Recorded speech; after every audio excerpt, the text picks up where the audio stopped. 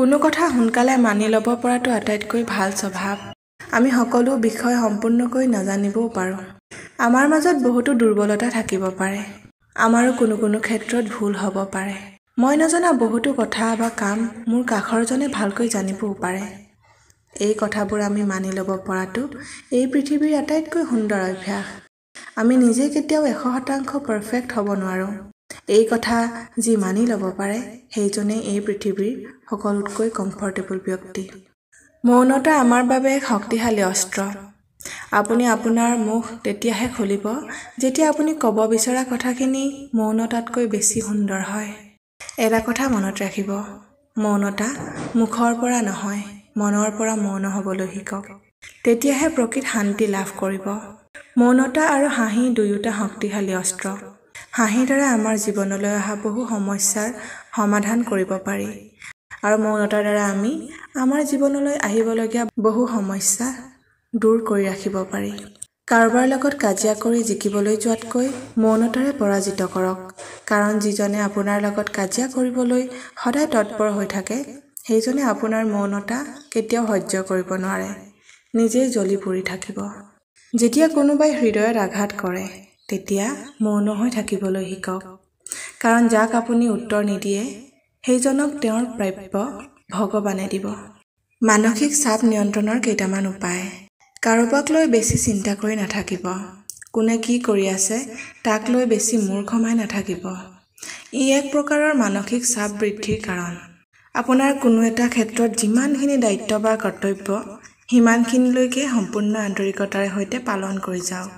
আপোনাৰ সাধ্যৰ বাহিৰত কোনো দায়িত্ব পালন কৰিবলৈ কেতিয়াও নাযাব। অতিৰিক্ত লোভ কৰাৰ পৰা দূৰত্ব বজাই ৰাখক।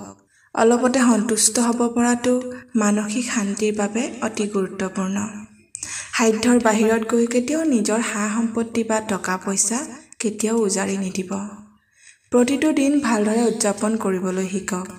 আগন্তুক দিনবোৰত কি হ'ব তাক লৈ চিন্তা কৰি বহি নাথাকিব। প্ৰতিটো দিনতে প্ৰয়োজনীয় কামবোৰ ঠিকমতে কৰক। আহিবলগীয়া দিনবোৰৰ কথা চিন্তা কৰি অস্থিৰ হৈ থকাটো মানসিক অশান্তিৰ প্ৰধান কাৰণ। প্ৰতিদিনে মাথো নিজৰ লগত কিছু সময় কটাওক। আপোনাৰ নিজৰ আটাইতকৈ ভাল লগা কামটো কৰক। ডাঙৰ জ্ঞানী লোকসকলৰ জীৱনসমূহ অধ্যয়ন কৰিবলৈ আৰম্ভ কৰক। জীৱনটো যুঁজিবলৈ কিছু সাহস পাব। জীৱনত অহা সমস্যা বা বিপদবোৰক এটা ডাঙৰ বোজা বুলি মূৰ পাতি লোৱা দি নলৈ অলপ পাতলকৈ ল'বলৈ চেষ্টা কৰক। ভগৱানে আপোনাৰ বাবে যি লিখি থৈছে তাৰ বাহিৰত গৈ একো নহয়। সাহসী হওক। মনত ৰাখিব, আমাৰ জীৱনলৈ কিছু সমস্যাৰ বাবে আমাৰ জীৱনৰ কোনো ক্ষেত্ৰত ভালো হয়, কল্যাণ হয়। সেয়া সময়তহে আমাৰ দৃষ্টিগোচৰ হয়। মনটোক আনন্দমুখৰ কৰি ৰাখিবলৈ শিকক। মানুহৰ সৈতে দেখা সাক্ষাতত সদায় মুখত এটা হাঁহি ল'বলৈ শিকক। পজিটিভ বিচাৰধাৰাৰ মানুহবোৰ আনতকৈ কিয় পৃথক হয় জানেনে? কাৰণ এনে লোকসকলে জানে কিদৰে যিকোনো অৱস্থাতে নিজকে মনাই ল'ব পাৰে।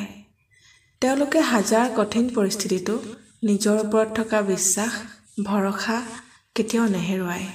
এনে লোকসকলে সৰু সৰু বিষয়তে আনন্দ বিচাৰি ল'ব পাৰে। নিজকে ভাল পাব জানে, মানুহক স্বাৰ্থহীনভাৱে ভাল পাব জানে, সন্মান কৰিব জানে, প্ৰতিটো সম্পৰ্ককে সন্মান কৰিব জানে।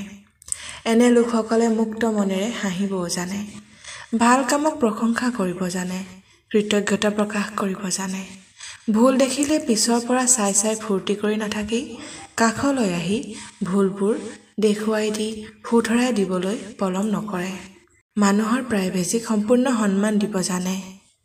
এটা কথা মনত ৰাখিব, এনে লোকসকলৰ লগত যদি আপুনি থাকে আপোনাৰো মাজলৈ এনে লোকসকলৰ পৰা পজিটিভ এনাৰ্জি আহে। এইকেইটা কথা সদায় প্ৰাইভেট কৰি ৰাখিবলৈ শিকক। আপোনাৰ দুৰ্বলতাবোৰ, আপোনাৰ শক্তিবোৰক, আপোনাৰ ঘৰুৱা সমস্যাক, আপোনাৰ শত্ৰুক, আপোনাৰ ভালপোৱাক, আপোনাৰ লক্ষ্যক, আপোনাৰ পৰৱৰ্তী পদক্ষেপক